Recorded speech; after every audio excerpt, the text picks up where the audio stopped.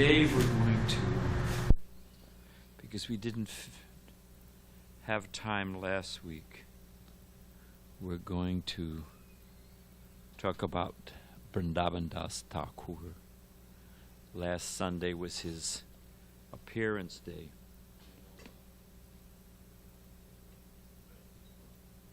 What's that?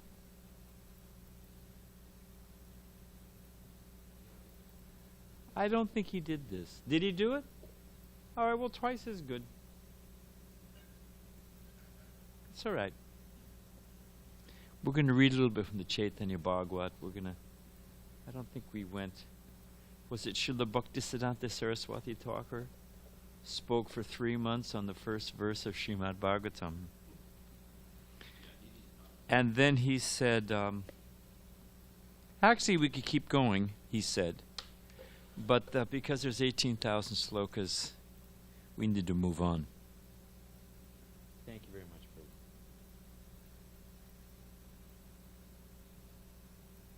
But I appreciate the tip. Okay, what do we need? I think we're okay.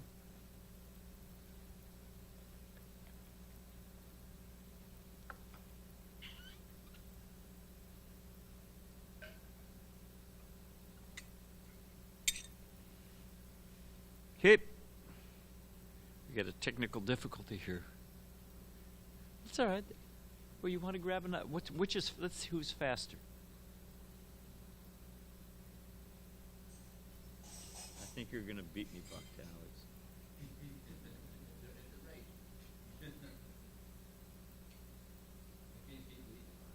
Yeah, but I like these cartels. But I guess I'm not going to waste everybody's time.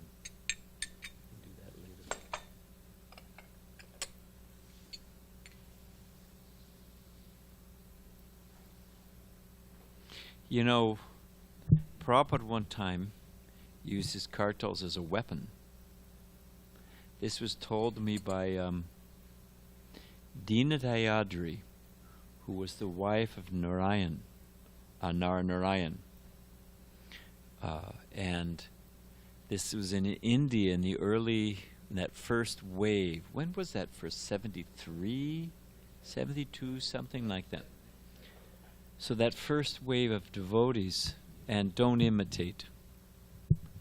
But, you know, in those days the devotees were being cheated left and right. We didn't know anything about India. We didn't know how to do anything. I remember Rabindra Sarup Prabhu said one time, not only was Prabhupada the only pure devotee in ISKCON at that time, he was practically the only adult. I mean, we were all kids, you know, nobody knew anything about anything. So they'd rented a stage for the Pandal program, and it was, you know, they wanted a particular size and quality and all of this and that, and of course typical India. The guy showed up with this completely funky stage that was flimsy and smaller and, you know, obviously brand X instead of what they'd ordered. But it was too late. It was the day of the program. What to do? They couldn't, so they just went ahead. And then when they put the deities were there in a nice Shingasan, and then there was the devotee. But when Prabhupada got up and Prabhupada started dancing around the deities, then all the devotees started dancing. And dancing invariably means jumping up and down. And the stage started and the bogus man who'd rented the stage was afraid that his stage was going to break. So, you know, Prabhupada's dancing around the deities. Everyone's focused on Srila Prabhupada. Men are on one side, ladies are on the other, on the stage. And this man was standing on the ground, stage is up here, and he thought if he could get someone to sit down, he was pulling on Dinadayadri's sari. He was pulling on her sari, trying to get her to sit down. I thought, well, he get her to sit down, then the others will sit down the stage. So you know, she's a young girl, probably 20-something, younger than 30. She's got this man pulling on her sari like this. Nobody notices. Prabhupada took his kartals One kartal, just like a chakra, bam, hit the guy in the chest. And the guy, let go, and off he went, So the devotee said it was just like Lord Vishnu with his Sudarshan chakra saving his devotees, So Prabhupada was was it Chaitanya Mahaprabhu could be soft as a rose and hard as a thunderbolt. So Prabhupada had far out sides to him, for the protection of the devotees. Actually, we don't have time to go into it, but there's also the time the drunk, when Prabhupada was walking in Mexico. What is this city? Cuernavaca? It's above Mexico City. And there was a drunk, Pancha Dravida told me this, and Tamal Krishnadas confirmed it. There was a drunk, Prabhupada had spoken at the Rotary Club in Cuernavaca. It's like a resort town up in the mountains above Mexico City. And it was a great program, all, so-called high-class men and women, nice questions. It was a great program. And so they were walking from the hall to a devotee's house. It was a couple blocks away. And they were walking to a devotee's house. And they were probably going to take his lunch. I think it was lunch at the house, or maybe some whatever. So, but they were walking. It was daytime. And out of nowhere, this huge Mexican drunk came lumbering towards the devotees. Out of nowhere, big guy, And he made a lunge at the devotees, and Prabhupada, whack, hit him in the back of the head with his cane, and didn't knock the guy out, but sprawled him out. And Prabhupada went on walking like nothing had happened, I was in Chicago. We're off the track, but why not? And we were walking in Lakeshore Park, and it's in Evanston, which is a northern suburb of Chicago. And it's right by Lake Michigan. I think it's Lake Michigan. And you can sight down the lake, and you can see the Chicago, the skyline. Like, what is it, Sandberg says, stacker of wheat, the broad-shouldered, Prabhupada sighted down and said, they're simply stacking stones. And then Prabhupada said, and Maya will come and kick it all down. So, but anyway, so we were walking in the park, and it's a beautiful park. There's a whole set of stories, but I won't go into them. But there's there's 3 or 4 of those Frank Lloyd Wright, the architect's houses, beautiful houses right on the lake, because the street is here, the park is here, the lake is here, and then the houses, some of them like that. So we're walking along, and there's Tamal Krishna Maharaj, Radha Damodar party was there, probably about 5 or 6 sannyasis at least, and maybe 30 devotees on the walk. And all of a sudden, down this driveway comes this dog. Looked like a Ristasura. Looked like he was half horse. I don't know what kind of dog this was. Huge dog. And he's just, and he's coming right at the devotees. Now Prabhupada, he was the point man. Prabhupada was walking at the front of the walk, and everybody was just froze. It would happen so fast. I was standing right there, and this, a couple of us hid behind Brahmananda. This dog is coming. And Prabhupada threw his chadar over his shoulder, swung his cane back, and went, hut! And the dog turned around, and went right back up the driveway. It was like, like Krishna, fixing his belt before getting the Aristasura demon. And then Prabhupada just looked at us like, you're useless, And Prabhupada just kept right on walking like nothing had happened. It was so far out. So, Prabhupada was definitely a transcendental personality, and no doubt about it.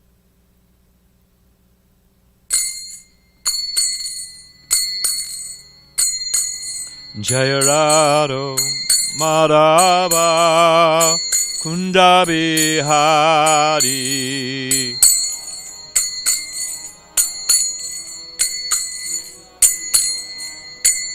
Jaya Radha Madhava Kunda Bihari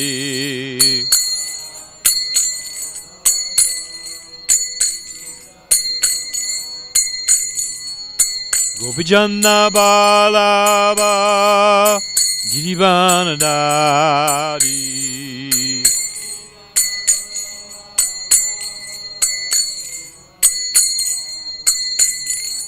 Gopi Janna Balaba Vrindavana Dasa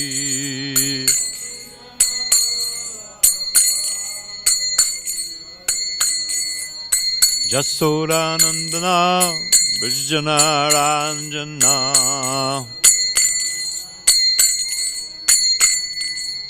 Jasodanandana Brajana Ranjana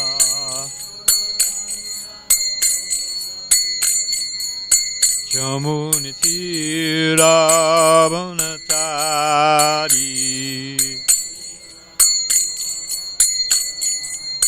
Jamuna Tira Vanatari Tira Vanatari Jaya Raro Madhava Kunja Bihari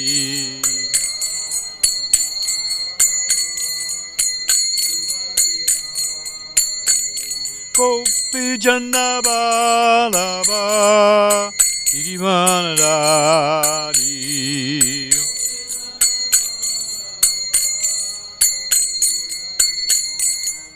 Jasodanandana Brajana Ranjana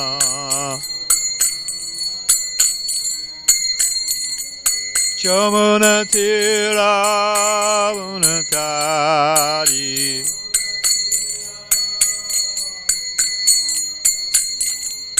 Hare Krishna, Krishna Krishna, Hare Hare, Hare Rama, Hare Rama, Rama Rama, Hare Hare. Boom.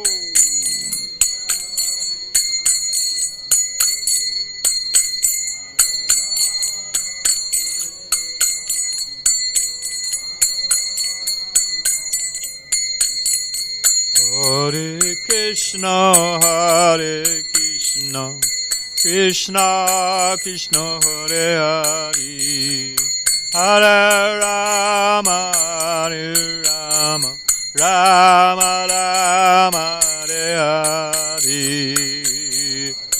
Oh, Krishna, Krishna, Hare Hare.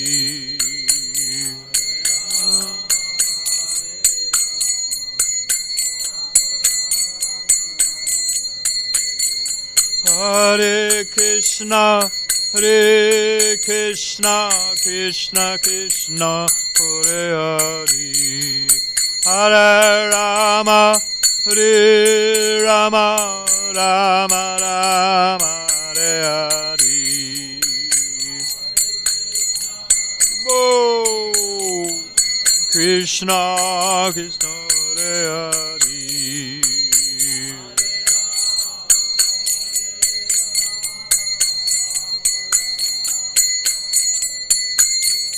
Hare Krishna, Krishna Krishna, Hare Hare, Hare Rama, Hare Rama, Rama Rama, Hare Hare. Hare Krishna, Krishna Hare Hare.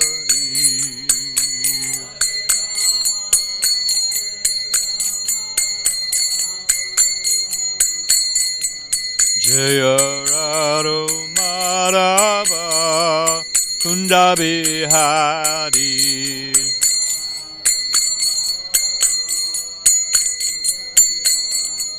Jaya Radha Madhava Kunda Bihari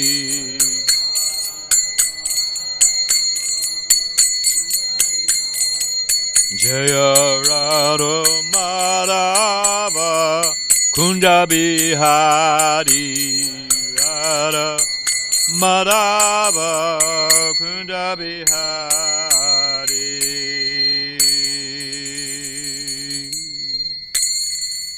Jai Om Vishnupad Paramahansa Pariva Jagacharya Shri Shrimad Divine Grace Abhay Charan Bhakti-Vedanta Swami Maharaj Srila Prabhupada Ki ISKCON BBT Founder Acharya Jagaguru Srila Prabhupada Ki Ananta Kota Vaishnava Vrinda Ki Namacharya Srila Haridas Thakur Ki Prem Shri Gaho Shri Krishna Chaitanya Prabhu Nityananda Shri Dvaita Gadadhar Shivasari Go Bhakta Vrinda Ki Say Sri Radha Krishna Go Gopinath Shama Kunda Radha Kunda Giri Govardhan Ki Vrindavana Dam Ki Mathura Dam Ki Dwarka Dam Ki Navadi Dam Ki Jagannathpuri Dam Ki Jamuna Mai Ki Ganga Mai Ki Tulsi Maharani Ki Bhakti Devi Ki Samveda Bhakti Vinda Ki Srila Prabhupada Ki Say Siddhara Giridhari Ki Shri Krishna Sankirtana Jaga Ki Gopremanande.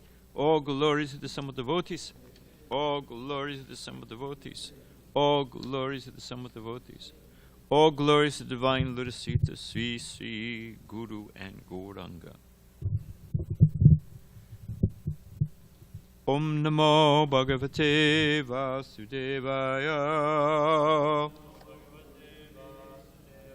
Om Namo Bhagavate Vasudevaya.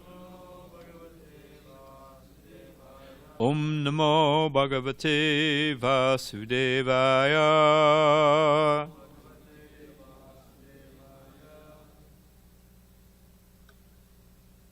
And we can chant that verse because Vrindavana Dasa Thakura is considered the literary incarnation of Vyasadeva for the pastimes of Caitanya Mahaprabhu. So I'm going to pass out some pictures first.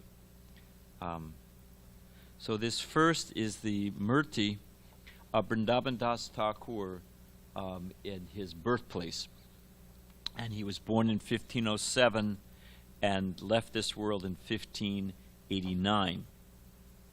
And he was the oldest and the favorite disciple of Nitinanda. So we have a nice pictures of Lord Nitinanda. And then there's a picture of the temple at his birthplace, which is on the Modruma Dweep in Navadweep in Mayapur.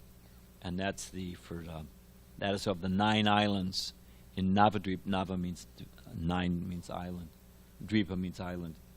And it was on the island for Dasyaras, or servitude. So here's a picture of the temple. Then there's also a picture, a closer picture of the temple at Vrindavana Dasa Thakura's birth site. And you can see the original deities that were worshipped, Gornitai of Vrindavana Dasa Thakura.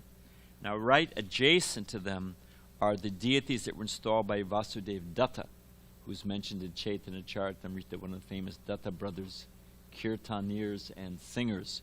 And here's his beautiful Radha Krishna deities.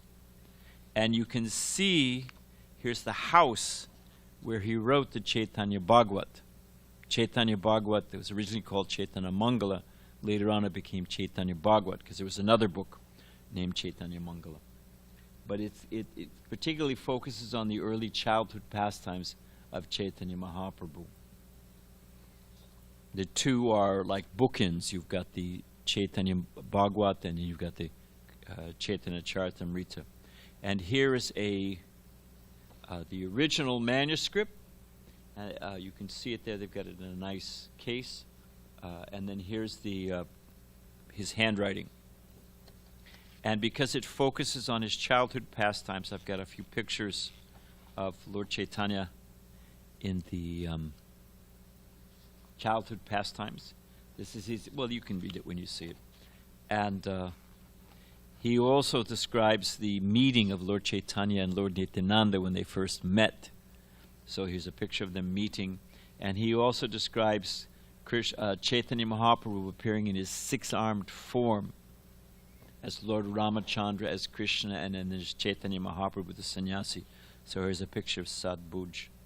And the last is a picture of, these are the footprints of Lord Nitinanda, and here's a marker commemorating where those footprints are, installed by Srila Bhaktisiddhanta Saraswati Thakur. So there's captions on these so you can follow it. Thanks, Prabhu. So the reason I stress these appearance days, as I've said before, is to remind us of what we're doing here. Ours is not a casual affair. It's not that we're in a small corner of the world and we've found shelter from the storm and we've created our own little reality and we get 3 square meals and we don't have to deal with the hassles of material life. I mean, that's true, but that's not really what we're about. The fact of the matter is that we are part of a great plan, greatest plan. And that is because why does this material world exist? If this world was made for us to enjoy, what is the most logical first question of anyone who's considered the matter carefully? Anyone want to guess? You can be wrong if you guess. Yeah, everybody came up with it. Why isn't it more enjoyable? If there's a God, because behind wherever there's a design, there's a designer. Wherever there's lawmakers. I mean, that's a whole thing. But assuming for a moment that there's a creator behind the creation, and if this world is made for us to enjoy, this is the best he could come up with? Jeez Louise. These collapsible contraptions, which are under the influence of the modes of nature, adibautic, adidaivik, adiatmic, different ways we can suffer. Durga, who is the embodiment of the material nature, an expansion, ultimately, from Srimati Radharani to Lakshmi, that goes all the way down to Durga. She carries a trident. That trident means what? 3 points. And she, in this way, she's prodding the living entity. What are those 3 points? Okay, 3 modes of material nature, that's one thing. That's true. But it's also, they take a sharp point, pun intended, in 3 aspects. Which are miseries caused by the body and mind, miseries caused by material nature, and miseries caused by the material nature, adibautic, adidaivik, adiatmic. You know, it's a torture if you can never sit down. It's one of the ways you can torture somebody, in case you ever want to take it up, back to Alex. It's one of the ways you can torture someone. You can imagine, you can never sit down. But the material nature, the 3 modes of material nature, the adibautic, the threefold miseries, and the time factor, the living entity never gets any rest. We're always being pushed and prodded and never get the just. Obviously this world is not made for us to enjoy. Well, then what's it made for? Okay.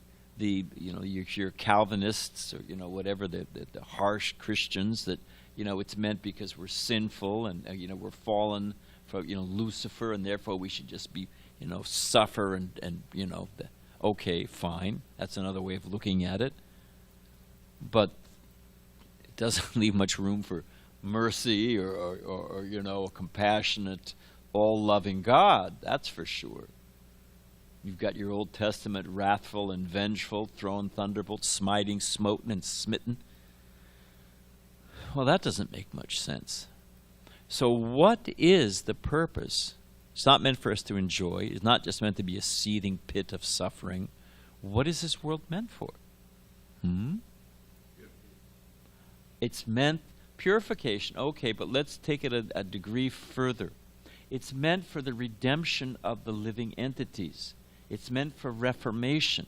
It's meant to bring us to our proper understanding. Wait a minute. I'm the eternal servant of Krishna, and that's where my happiness lies. That let me engage this material world and everything in Krishna's service, and then all of a sudden the whole thing, does not that thing therapeutically treated become the cure of the self-same disease? Narada Muni says.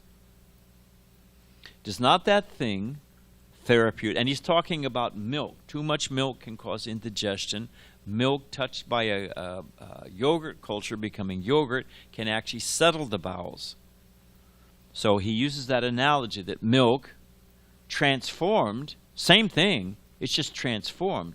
Does not that thing, therapeutically treated, become the cure of the self-same disease? That which entangles us, desire and the material nature, transformed by the pure consciousness, then that desire becomes desire to serve Krishna. And the material nature, everything can be used in Krishna's service. So, the purpose of this material world, our individual existence in it, why are we here? Seems like sort of a basic question you should ask. Doesn't it seem like a logical question, Dimitri? You know, before we run around in circles grabbing as much as we can, and like a baby, they stuff everything in their mouth. You know, they you know, because that's the only orifice they can really, they've got any kind of idea what's going on. So they just stuff everything in their mouth. So we just run around trying to stuff everything in our senses, titillate our senses. But wait a minute, hold on a minute. What's it really all about? So the purpose of this material world, as Vijay said, for purification, and that purification is, that's why this world exists. So there is a purpose. Now, you have it, if I'm, you know, they say go with the flow. So this is the original esoteric, what is the word? It just slips my mind right now. The existential, ontological meaning of go with the flow. What is that go with the flow? The flow is that everything should be dovetailed in Krishna's service. That's going with the flow. Thy kingdom come, thy will be done on earth as it is in heaven. This is the Lord's Prayer. It's their Mahavakya of Christianity, the Lord's Prayer. And the point is that whatever God's will, that's what's going to happen.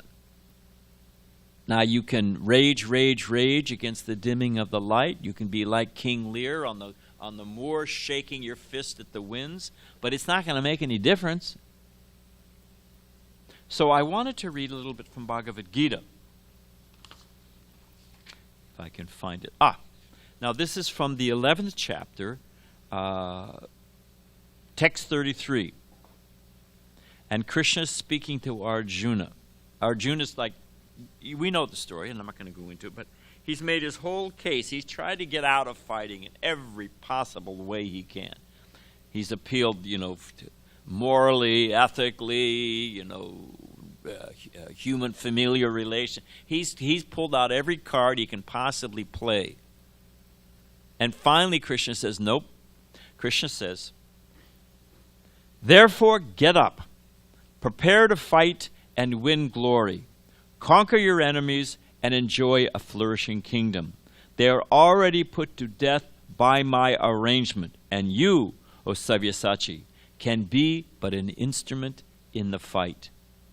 You can be but an instrument in the fight.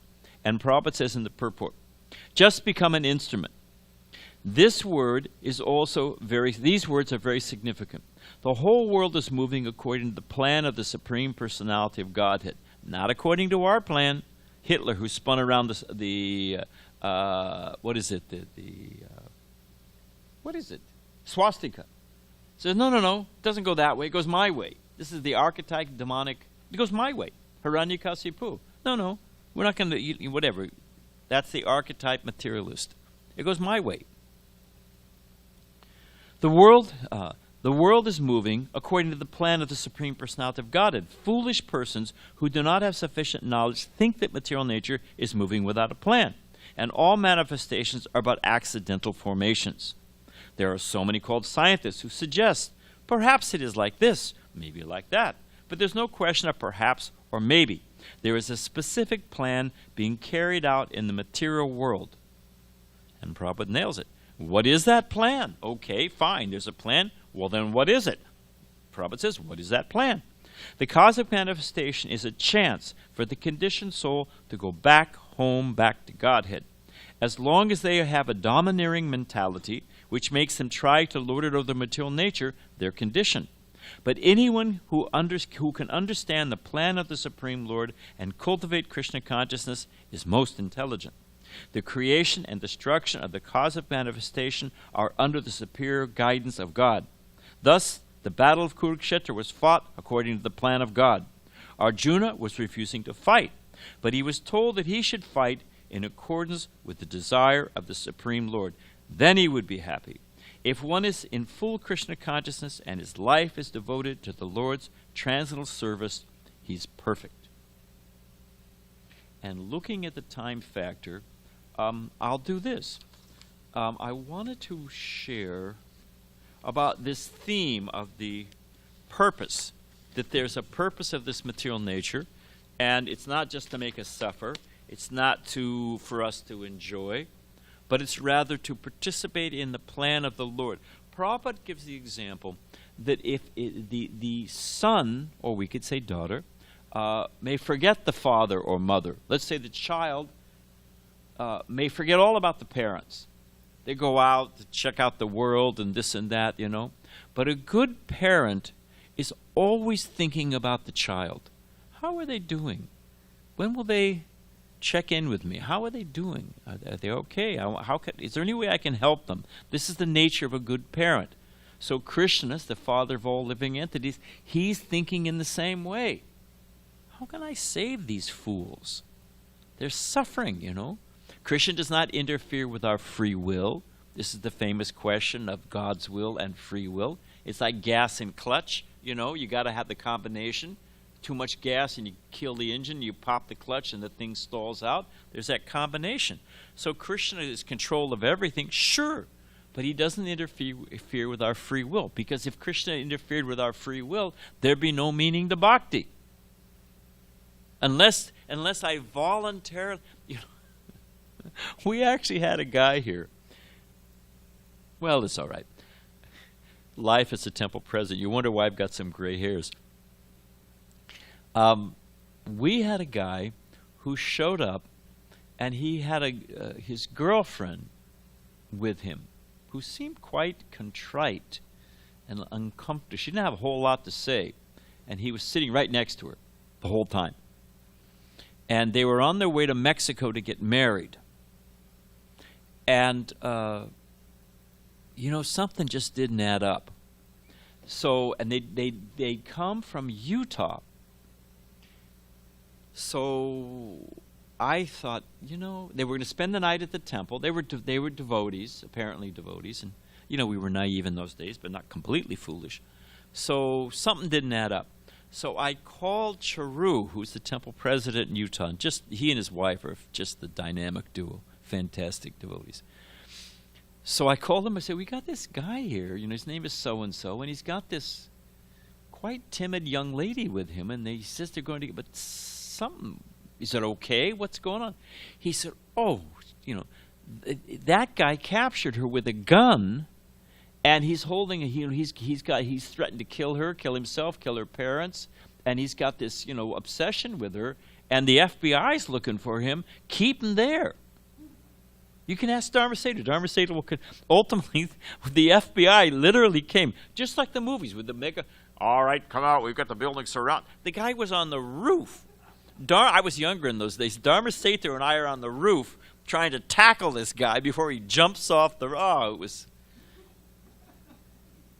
Hey, being a temple president it ain't for sissies. Anyway.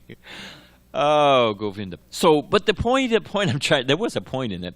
The point I'm trying to make is that There was no question of love because he had a gun to her head. Say you love me. Oh, I love you. Tell me I'm wonderful. Oh, you're wonderful. Tell me you can't live without me. Oh, I can't live without you. But man, as soon as the gun is gone, zing, she's out of there like a jackrabbit. So the point is that, we love Krishna because we love Krishna. The inhabitants of Vrindavan, they didn't know that Krishna was God and, oh, God, give me this, and I'm going to love God because if I don't, I'm going to burn in hell, or if I do this, he's going to give me this, or because I want liberation or relief from material suffering. They love Krishna because they love Krishna. One time they asked Prabhupada, why is Krishna blue? Prabhupada said, because it's so gorgeous. We love Krishna because we love Krishna, because Krishna is all attractive. That's the meaning of bhakti, and that free will. So the material world is the place to try to reform the foolish living entities. And if we participate in that, that's our business. Our business is not to try to become comfortable, to feather our nest. One time Srila Bhaktisiddhanta Saraswati, and his followers, when they offered Prabhupada a comfortable room, light and airy. Prabhupada wasn't interested in staying in Mayapur in a room that was comfortable and airy. He wanted help going to the West. That's why he approached his godbrothers. And if you're not going to help me, then I'm going to go alone. But I'm going. And that's exactly what happened. It was Krishna's arrangement so that Prabhupada got the credit. So the point is that our personal happiness and living a life of meaning is if we serve the Sankirtan mission, if we serve the mission of ISKCON, if we serve Sri Caitanya Mahaprabhu's mission. That's the purpose of this material world. That's the purpose of our life. That is the best welfare work. It's the only welfare work. What do they say? The operation was successful, but the patient died? So, okay. So suppose you actually, which is impossible, suppose you actually find your so-called soulmate. You see these old geezers holding hands. I'm sure I've offended somebody, but Balarama gave that nice answer about how did you say it? It's cheap. All love in this world is cheap, and he gave a nice explanation, because real love is there. And if you love Krishna, then you can love. Prabhupada, I was just listening to a tape, and Prabhupada says that they're saying, "Oh, my father is gone, or oh, my son has died, my son." Prabhupada says, where? Their body's right there. Where have they gone? Who's gone? It means you never saw your father, you never saw your mother, you never saw your son. Because what you saw is still there. The body is still there. What's gone is the life force. That's what's gone. And that's who the person actually is. So how can you have a welfare work if all you're dealing is with the body and not the actual entity? You teach your child to brush your teeth. You teach him how to cross the street. But you don't teach him what is the meaning of life. Then that's abuse, frankly. There, I made a few friends.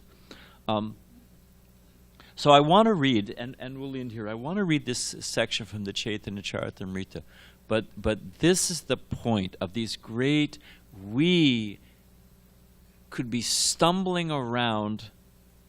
There was a guy, and maybe Balaram's heard this story before. My office used to be right down here. And, the ISKCON Paint and Electric, we divided the apartment. There was a wall there.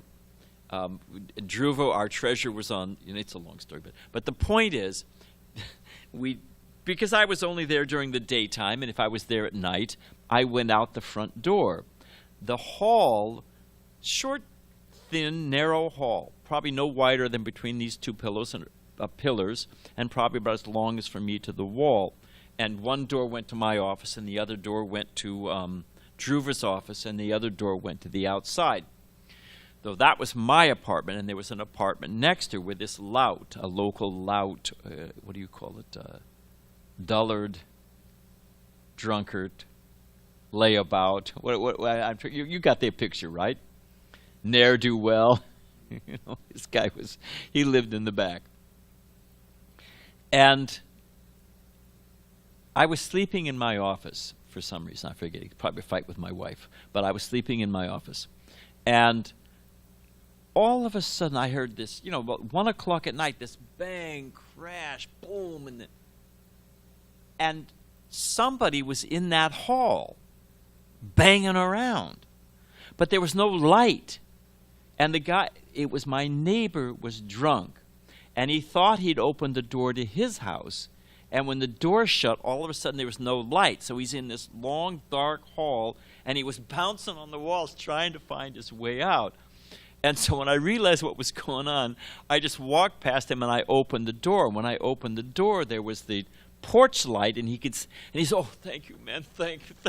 He gave me a big hug and stumbled out, So I'd actually opened the door and showed him where the light was. Here's the way out of your entrapment. I mean, it's a simple example, but that's what we're doing. They're bouncing around, stumbling in this dark, looking for love in all the wrong places, being continually pushed and prodded and broken-hearted, and lifetime after life, born again. And as Trivia Kramars used to say, and again, and again, and again. So this is what we're doing. We're opening the door. Here's the way out. Here's the purpose. Here's the right direction. So we can, if we participate, there's only one, it only flows one way. And that one way is the plan of the Lord. The plan of the Lord is to enlighten the living entities so they go back home, back to Godhead. And if we participate in that, it's something wonderful. It becomes completely mystical.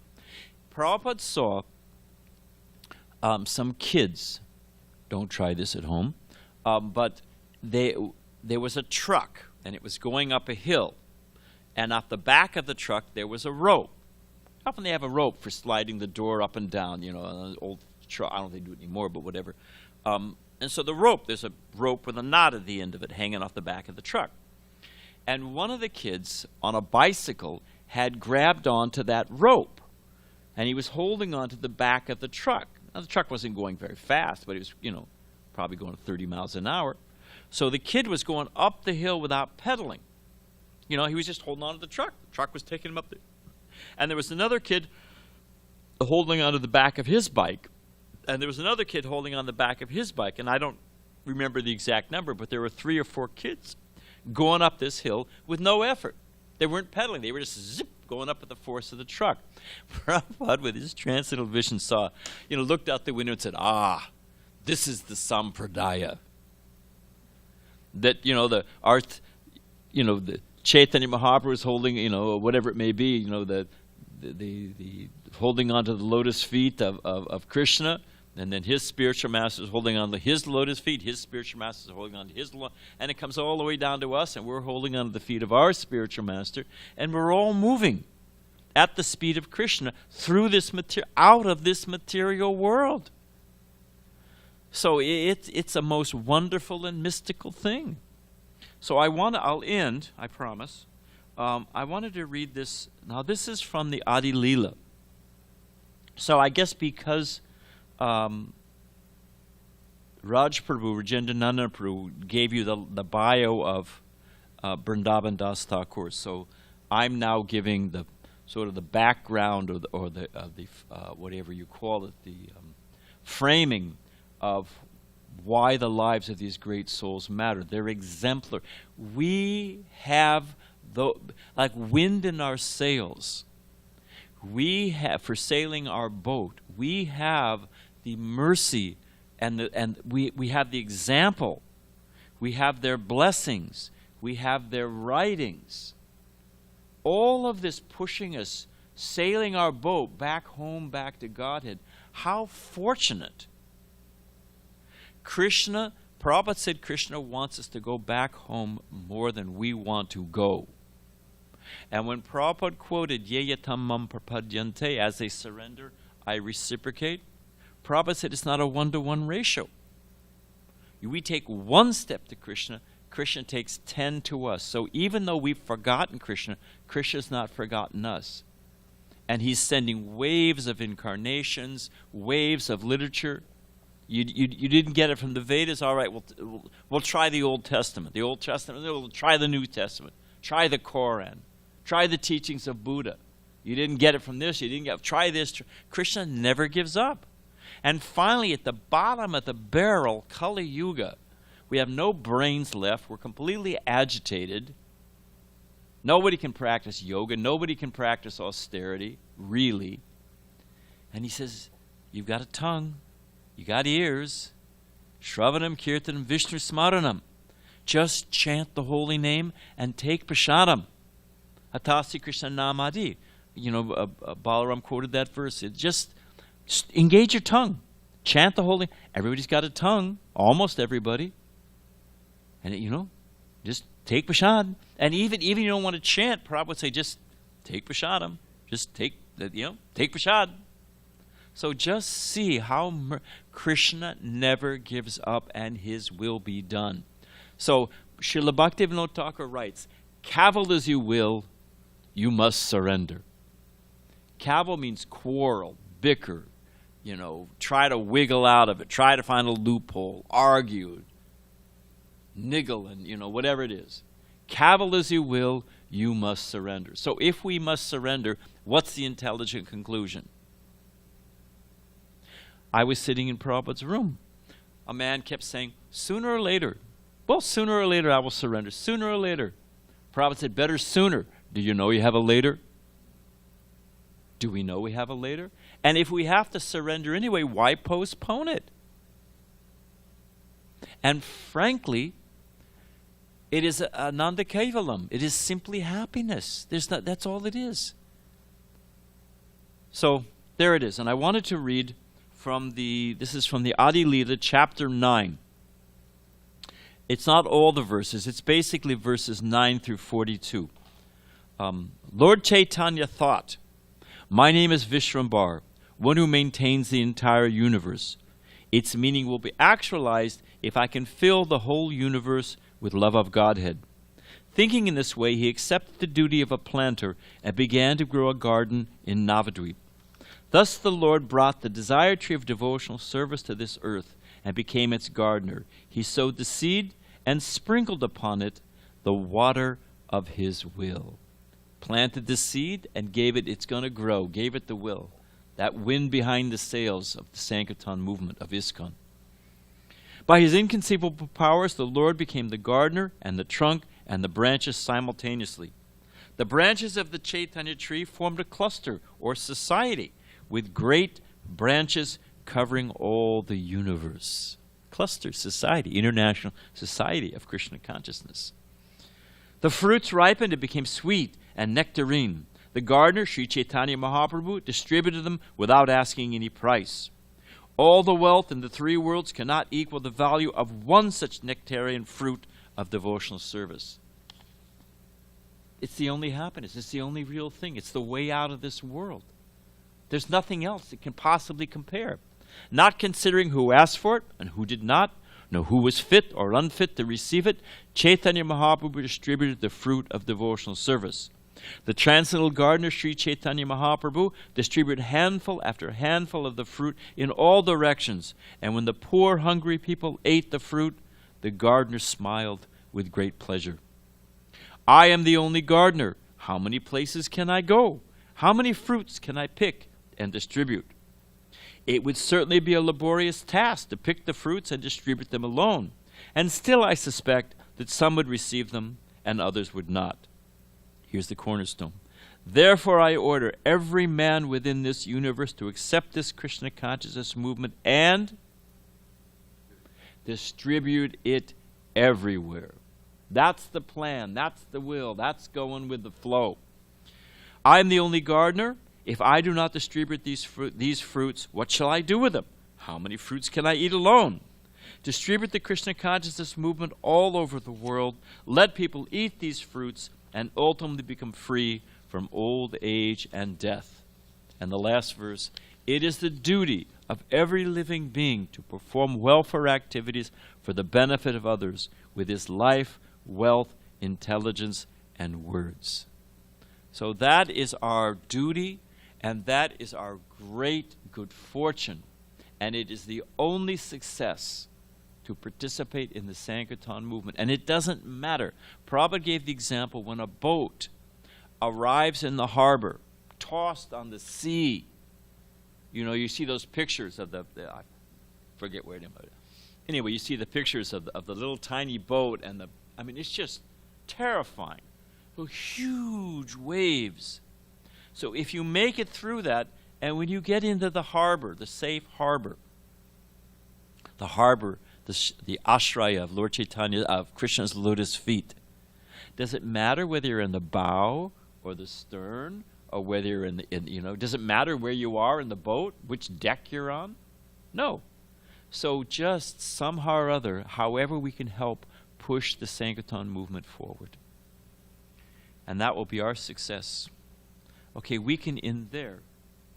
All right? Okay, all glories to Srila Prabhupada. Hare Krishna. But we should feel very fortunate. We should feel fortunate and empowered and sheltered. Stay the course. Can't go wrong.